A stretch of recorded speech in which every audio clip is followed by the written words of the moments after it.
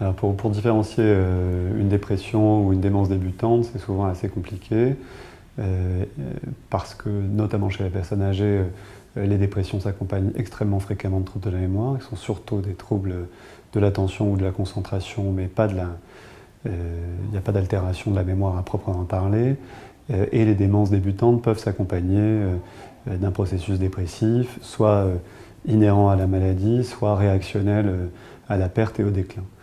En pratique et en consultation, c'est parfois assez compliqué de faire la différence. On peut retenir que la dépression s'installe plus brutalement, que la souffrance est au premier plan, que souvent il y a un contraste entre la plainte mnésique et la réalité qui nous est rapportée soit par le patient, soit par la famille. Au fond, c'est des patients qui gardent une autonomie assez correcte, mais qui vont se plaindre énormément de leur mémoire. Ils ne vont pas être désorientés dans le temps ou dans l'espace. Les questions sur l'actualité récente vont être à peu près bien répondues, ou bien c'est des patients qui vont dire « je ne sais pas, je ne sais plus », qui ne vont pas vouloir participer à la conversation et à la réponse.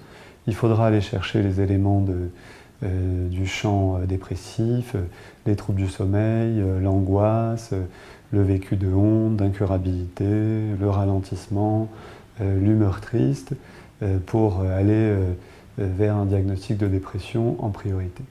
Chez des patients déments, souvent l'installation est plus insidieuse, c'est des patients qui vont pouvoir garder encore un peu de plaisir dans certaines situations. Souvent le contraste est inversé, c'est des patients qui ne vont pas trop se plaindre de leur mémoire alors que la famille va s'en plaindre beaucoup. J'ai l'habitude de demander des éléments de l'actualité, ou bien quel est le président de la République, pour ne pas les mettre trop en difficulté et que ça semble être des questions sur la mémoire récente sans être trop intrusif. Et alors les réponses vont être plutôt soit floues, soit des fausses reconnaissances, soit des intrusions. Ils vont se tromper, là où les patients dépressifs vont plutôt pas répondre à ces questions, ou dire « je sais pas », puis vous dire finalement la réponse. Souvent, il n'y a pas la souffrance dépressive, mais c'est plutôt une espèce d'indifférence ou d'apathie des patients qui vont désinvestir le champ de leur possible habituel et dont le quotidien va être très perturbé.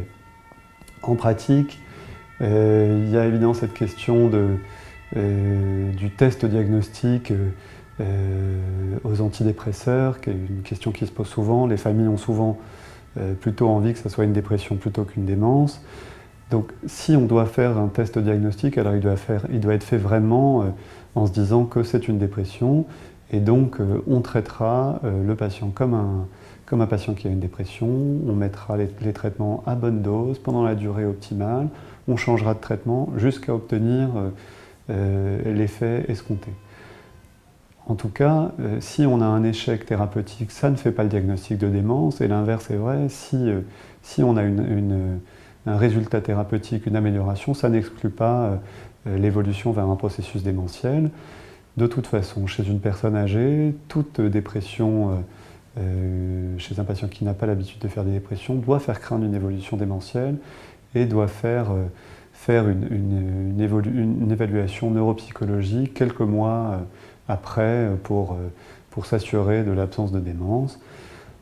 De toute façon, chez une personne âgée, dans une situation comme ça, il faudra faire un bilan somatique qui cherchera à exclure des causes secondaires de démence, une hypothyroïdie, une carence en vitamine B12, en folate, éventuellement une séropositivité, et on fera une imagerie cérébrale pour éliminer, par exemple, un hématome sous-dural ou une atteinte vasculaire, qui peut donner des tableaux de dépression vasculaire qui peuvent jouer un petit peu sur les deux tableaux.